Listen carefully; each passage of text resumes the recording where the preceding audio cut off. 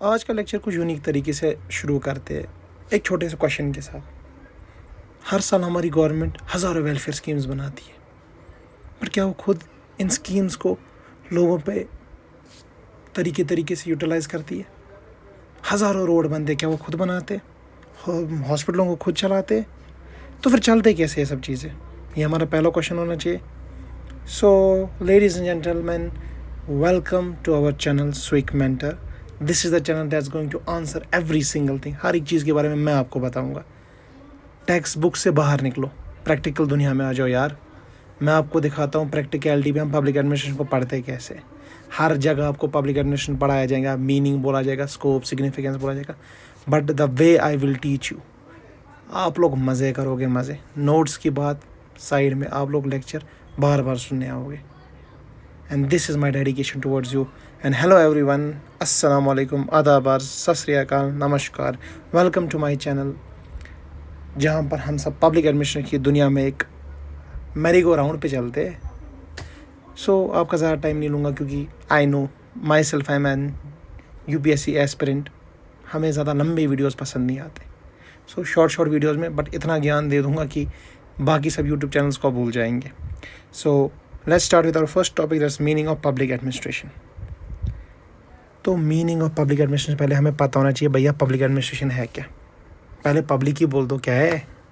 Etymology पे जाना चाहोगे तो चलो हम एटमोलॉजी पे जाते हैं। पब्लिक जो है पब्लिकस वर्ड से आया है, लोग हैं हमारे, हम ही लोग हैं। एडमिनिस्ट्रेशन एडमिनिस्ट्रेटिव वर्ड से आया है, लैटिन वर्ड है वो भी। है क्या मगर इसका मतलब? पब्लिक एडमिनिस्ट्रेशन तो वही सिस्टमेटिक इम्प्लीमेंटेशन है जिसके थ्रू हम लोगों के लिए पॉलिसीज़ को जनरेट, उनके लिए पॉलिसीज़ को यूज़ एंड यूटिलाइज़ करेंगे ना। दैट्स आवर पब्लिक एडमिनिस्ट्रेशन यार। सो ये पॉलिसीज़ के साथ ही हम नहीं रखेंगे, हम इसको अलग वे में समझते हैं। इम्प्लीमेंट करते हैं इसको हम अपने प्रैक्टिकल वर्ल्ड पे। एडमिनिस्ट्रेशन जैसे मैंने को पहले बार दो लैटिन वर्ड्स है, एड और मिनिस्ट्री, है ना। लोगों को सर्व करो भाई, पब्लिक का मतलब पब्लिक लोगों को। अगर प्राइवेट होता तो प्राइवेट एडमिनिस्ट्रेशन आ जाता। तो पब्लिक एडमिनिस्ट्रेशन को आप सिंपली ये सोचो कि पब्लिक एडमिनिस्ट्रेशन जो है ना वो इंश्योर करता है कि पॉलिटिशियंस या पॉलिसीज़ कोई भी क्यों ना आए, पॉलिटिशियंस लाए, गवर्नमेंट लाए, क्या लाए, बट उनको लोगों तक पहुँचाना, उनको लोगों के फ़ायदेमंद बनाना, ठीक है। That's why we use the term concern with public welfare. Implement public welfare policies, ensures accountability, transparency. ये सब चीज़ें जो है बहुत ज़्यादा ज़रूरी है in order to understand public administration है क्या। पब्लिक एडमिनिस्ट्रेशन क्या ऑपरेट होता है, नेशनल लेवल पे होगा, स्टेट लेवल पे होगा, लोकल लेवल पे होगा, हर लेवल पे होगा, बट होना चाहिए। अगर आप पब्लिक एडमिनिस्ट्रेशन को एक सिंपल वर्ड में समझोगे ना, कसम से आप इस सब्जेक्ट पे राज करोगे। पब्लिक एडमिनिस्ट्रेशन वो साइंस है, वो आर्ट है ना। ये खाली साइंस है ना, ये खाली आर्ट है। ये सिंथेसिस दोनों चीज़ों का है।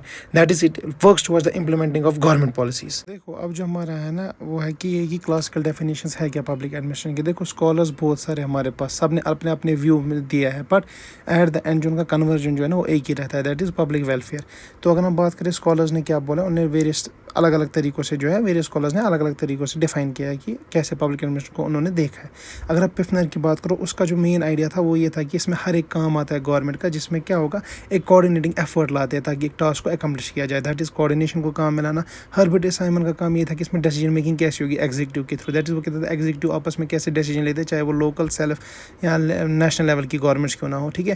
Then we have Felix Nigro, जिसने बोला कि कोऑपरेटिव एफर्ट्स कैसे आते हैं तीनों ब्रांचों में। दैट इज़ कोऑपरेशन का कंसेप्ट कहाँ से आया। Then we have LD White जो था वो बोलता है इसमें हर एक ऑपरेशन आता है जिनका एक ही एम होता है, दैट इज़ लोगों की पॉलिसी को फुलफिलमेंट करना, उसको एनफोर्स करना।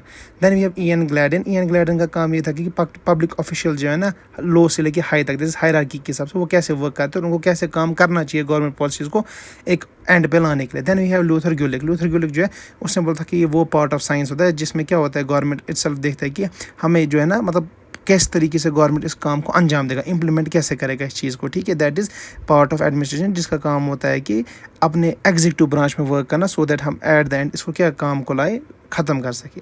देन वी हैव की T cabbage, that public administration जो वो खाली रूल्स एंड प्रोसीजर्स के बारे में नहीं होता है, but is also about how people policy and performance कैसे वर्क करते हैं। ये वो जैसे मैंने आपको कल बोला, स्टेट को एक इंजन की तरह काम करवाते हैं, वो मैंने आपको बोला। और शॉर्ट में रखना, पब्लिक एडमिनिस्ट्रेशन जो है it the science and art of managing and implementing government policies effectively efficiently for the welfare of the people. This is all about classical definitions.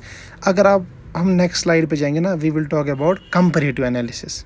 देखो कंपैरेटिव एनालिसिस शॉर्ट में क्या होता है, वो होता है कि हम कैसे उन चीज़ों को करते हैं कंपेयर। देखो कंपैरेटिव एनालिसिस में याद रखना, हर एक स्कॉलर जो मैंने आपको पहले उन्होंने अलग अलग तरीक़ों से एक्सप्लेन किया, but at the end conversion एक ही था, दैट इज़ लोगों के लिए वेलफेयर का काम करना। बट अब मॉडर्न मीनिंग क्या है? मॉडर्न मीनिंग जो है ना कंटेम्प्रेरी वर्ल्ड, वो पब्लिक एडमिनिस्ट्रेशन वो किसी एग्जीक्यूटिंग जैसी चीज़ पे नहीं दारोमदार है। अब वो पॉलिसी फॉर्मुलेशन को इंप्लीमेंट करना, उनके गुड गवर्नेंस कैसे का, डिजास्टर क्राइसिस मैनेजमेंट को देखना, पॉलिसी जो वो कैसे लॉज एंड एक्शंस में कन्वर्ट होती है, फिर बजट्स उन सब से कैसे आते हैं, गवर्नमेंट पब्लिक वेलफेयर पे कैसे काम होता है। तो शॉर्ट में जैसे गुड गवर्नेंस ने क्या बोला, उन्होंने बोला अब जो अल्टीमेट पर्पस है ना हमारे पास एडमिनिस्ट्रेशन का, वो खाली पावर नहीं है बट लोगों के लिए सर्व करना है। तो पब्लिक एडमिनिस्ट्रेशन के बगैर कोई भी लॉ, कोई भी पॉलिसी जो है ना वो खाली पेपर पे कहने को रहेगी कि ये पॉलिसी है, बाकी इंप्लीमेंट नहीं हो पाएगी। शॉर्ट में इतना याद रखो, पब्लिक एडमिनिस्ट्रेशन जो है ना अब ये नई जो लेवल है ना, इसकी मॉडर्न लेवल, ये साथ में आप organise, manage, implement, evaluate, transparency, accountability, हर एक एस्पेक्ट को अपने अंदर ला दिया, ताकि गवर्नमेंट और सिटीजन में एक जो गैप था ना वो खत्म हो जाए, एक ब्रिज के थ्रू वर्क करो, पॉलिसीज़ को प्रैक्टिस में लाए शॉर्ट में।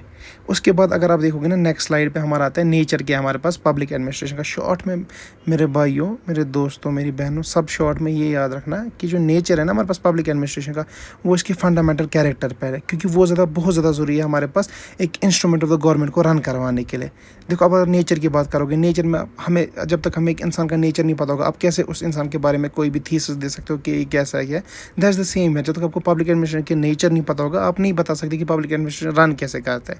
तो हमारे पास दो इंपॉर्टेंट व्यूज़ है जिनको हम नेक्स्ट स्लाइड में पढ़ेंगे, that is managerial view, that is also managerial और narrow view, then we have integral and broader view. ये जो दो व्यूज़ हैं बहुत ज़्यादा important the field of public administration if you have to study the nature of public administration, because without it you can not even go for 1% of the nature of the public administration. ठीक है, तो याद रख लो कि इनके through हमें पता चलेगा पब्लिक एडमिनिस्ट्रेशन कैसे ऑपरेट करता है, क्या क्या चीज़ में इंक्लूड होती है, और रियल एडमिनिस्ट्रेशन क्या है लोगों के वेलफेयर के बारे में। चाहे आप मैनेजरल व्यू पे देखोगे या आप हम इंटीग्रल व्यू पे देखेंगे। तो नेक्स्ट स्लाइड में जो मैं आपको बताऊंगा मैनेजरल व्यू। देखो अब भाई मैनेजरल व्यू है क्या? देखो जो मैनेजरल व्यू है ना उसको हम नैरो व्यू भी कहते हैं, क्योंकि ये जो है ना ये बोलते हैं कि पब्लिक एडमिनिस्ट्रेशन जो है ना इसमें सिर्फ गवर्नमेंट की मैनेजमेंट ऑफ वर्क देता है, दैट इज़ एग्जीक्यूटिव ब्रांच जो है ना इसमें प्राइमरली वो इन्वॉल्व होता है। दैट इज़ ये मैनेजरल फंक्शंस पे देखता है कि हमें कैसे एफिशिएंट इंप्लीमेंटेशन होगी, मैनेज कैसे हम उस चीज़ को करेंगे, जैसे प्लानिंग, ऑर्गेनाइजिंग, उन सब चीज़ों को कैसे हम देखेंगे। शॉर्ट में बोलता था ये हमें खाली ये नहीं देखना है कि मैनेजिंग, ये मतलब बाकी फंक्शन हो गया, हमें सिर्फ मैनेजिंग चीज़ों की तरफ देखना है। ठीक है, इसमें जो ना फाउंडेशन इस व्यू की वो पोस्ट कॉप है, that is planning, organizing, staffing, directing, coordinating, reporting and budgeting. ये एक इंपॉर्टेंट कंसेप्ट है, याद रखना, क्योंकि ये हमें स्कोप में एक बहुत ज़्यादा इंपॉर्टेंट रोल आगे जाके प्ले करने वाला है। इसके main supporters L Gulick, L Urwick and Herbert Simon थे। इसके मेरिट्स और डिमेरिट्स भी थे। मेरिट्स में इसका यही था कि हाउ क्लियर एडमिनिस्ट्रेटिव स्ट्रक्चर कैसे प्रमोट एफिशिएंसी को करता है, कोऑर्डिनेशन को इंप्रूव करता है, सिंप्लीफाई करता है। बट डिमेरिट्स का ये कि इसने लेजिस्लेटिव जुडिशरी को बिल्कुल नहीं लाया, जबकि वो भी ब्रांचेस होते हैं गवर्नमेंट के, और इसने पॉलिसी फॉर्मुलेशन को ज़्यादा ओवरलुक किया। मॉडर्न गवर्नेंस का इसने कोई कंसेप्ट इसमें नहीं गया, इसने रेस्ट्रिक्शन रखा खुद को उस चीज़ में। सो दिस मैनेजर व्यू जो है ना आजकल ये एग्जीक्यूटिव ब्रांच है इसको ज़्यादा नहीं मानना, क्योंकि इसका लिमिटेड स्कोप है ना। आपको पता है पब्लिक एडमिनिस्ट्रेशन सब्जेक्ट में स्कोप जो है कभी भी लिमिटेड नहीं होना चाहिए। Now we integral and broader view. अगर हम इंटीग्रल एंड ब्रॉडर व्यू को देखेंगे ना, ये याद रखना ये जो कंप्रहेंसिव अप्रोच मानी जाती है हमारे गवर्नेंस के लिए। क्यों? क्योंकि इसने हर एक एस्पेक्ट को लाया, चाहे लेजिस्लेटिव, एग्जीक्यूटिव, जुडिशरी, हर एक इंस्टीट्यूशंस को लाया, जिससे क्या एम निकले, खाली हमारे पास वेलफेयर ऑफ द पीपल। तो इंटीग्रल व्यू को ब्रॉडर व्यू भी क्यों कहा गया? क्योंकि इसमें sum total of all the activities of government आता है, ताकि हम पब्लिक वेलफेयर को अचीव कर पाए।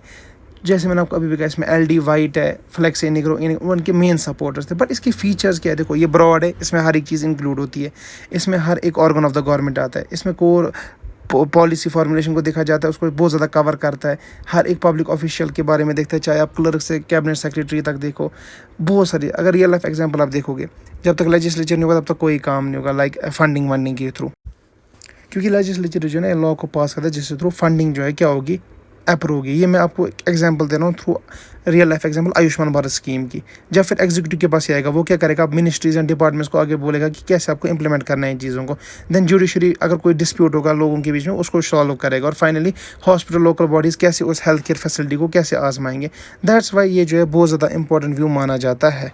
देन इसके भी हमारे पास मेरिट्स, डिमेरिट्स है। मेरिट्स लाइक इसमें कंप्रहेंसिव अंडरस्टैंडिंग होगी, रिफ्लेक्ट करेगा रियलिटीज़ को, प्रमोट करेगा कोऑर्डिनेशन को, स्ट्रेंथ करेगा डेमोक्रेटिक अकाउंटेबिलिटी को। मीनवाइज क्रिटिसिज्म में लाइक ये टू ब्रॉड होने से रुका आता है, मतलब स्कोप इसका टू ब्रॉड है, वो प्रॉब्लम करता है डिफिकल्टीज को डिफाइन करना, क्योंकि इसमें बहुत ज़्यादा लेंथी क्रिएट चैलेंज करता है in academic classification. Now we will move to the scope of the public administration. Scope क्या है, मतलब इसके एक्सटेंड एरियाज़ क्या है जिनको कवर करता है पब्लिक एडमिनिस्ट्रेशन। स्कोप में याद रखो, इसमें एक्टिविटीज़ के बारे में आता है, इंस्टीट्यूशंस के बारे में आता है और रिस्पॉन्सिबिलिटीज़ के बारे में आता है। स्कोप जो है ना सिग्निफिकेंटली बढ़ता रहता है with the growth of modern welfare state. जितना चेंजेस आती रहेगी, जितनी डेवलपमेंट आती रहेगी, स्कोप जो उतना ब्रॉडर बनता जाएगा। तो स्कोप्स को समझने के लिए क्यों पढ़ते हैं हम, क्यों समझते हैं, क्योंकि हमें बताता है पब्लिक एडमिनिस्ट्रेशन में क्या क्या चीज़ें आती है, वो कैसे बाउंड्रीज तय करती है और कैसे गवर्नमेंट का रोल हमें बताती हैं, बहुत सारे अप्रोच के बारे में बताता है। इसके मेन दो व्यूज़ है हमारे पास, POSDCORB view, subject matter view. POSDCORB view के बारे में अगर हम बात करेंगे, that is developed by Luther Gulick और मैनेजर अप्रोच माना जाता है। सब्जेक्ट मैटर व्यू जो कॉम्प्रेसिव माना जाता है, क्योंकि वो भी same like detailed sort of matter माना जाता है। तो नेक्स्ट स्लाइड में जो है हम इस चीज़ को ज़्यादा अच्छे से पढ़ेंगे कि पोस्ट कॉप व्यू क्या है एंड हमारे पास सब्जेक्ट मैटर व्यू क्या है। देखो, जो हमारे पास पोस्ट कॉप व्यू है ना, जो लूथर गिलिक ने दिया था, शॉर्ट में ये मैनेजरल कंसेप्ट उसी बेवकूफ़ चीज़ पे अभी भी चल रहा है कि भाई हमें खाली एक ही चीज़ की ओर सोचना चाहिए, मैनेजरल फंक्शन की ओर, वही एक नेसेसरी चीज़ है, एफिशिएंट। देखो, हम नहीं बता सकते बेवकूफ़ मतलब स्कॉलर बेवकूफ़ है, उसकी चीज़ बेवकूफ़ है, ये हम कभी नहीं बोल सकते। मगर अगर हम अपने पर्सपेक्टिव से देखेंगे ना, हमारी नज़र में तीनों चीज़ें आनी चाहिए जो कि हमारे पास कॉम्प्रहेंसिव व्यू प्रोवाइड करेगा। बट इनका भी अपना था। इसने पोस्ट कॉप व्यू में क्या बोला, इसमें मैनेजरल फंक्शन ज़रूरी है to run an administration. Like इसने बोला प्लानिंग का होना बहुत ज़्यादा ज़रूरी है ताकि हम एडवांस में पता कर पाए हमें करना क्या है। देन फिर उस चीज़ को ऑर्गेनाइज़ करना कि हमें कैसे उस चीज़ को ऑर्गेनाइज़ करना है। देन स्टाफ करना कि हमें कौन कौन से लोग चाहिए, कौन स्किल्ड बंदे चाहिए। फिर उसके बाद डायरेक्ट करना, उनको मोटिवेट करना कैसे काम करना है। देन कोऑर्डिनेट करना, this is the main thing, coordination is the main process हर एक चीज़ में। देन उनको रिपोर्ट करना कि प्रोग्रेस आउटकम क्या है हमें बताओ। देन फाइनली बजट देखना कि इस चीज़ में क्या होगा। बट मीन वाला आप सब्जेक्ट मैटर व्यू देखो, जो कि मुझे अपने लिहाज से बहुत ज़्यादा पसंद है। इसमें जो स्कोप ऑफ पब्लिक एडमिनिस्ट्रेशन वो डाइवर्स बन जाता है। क्यों?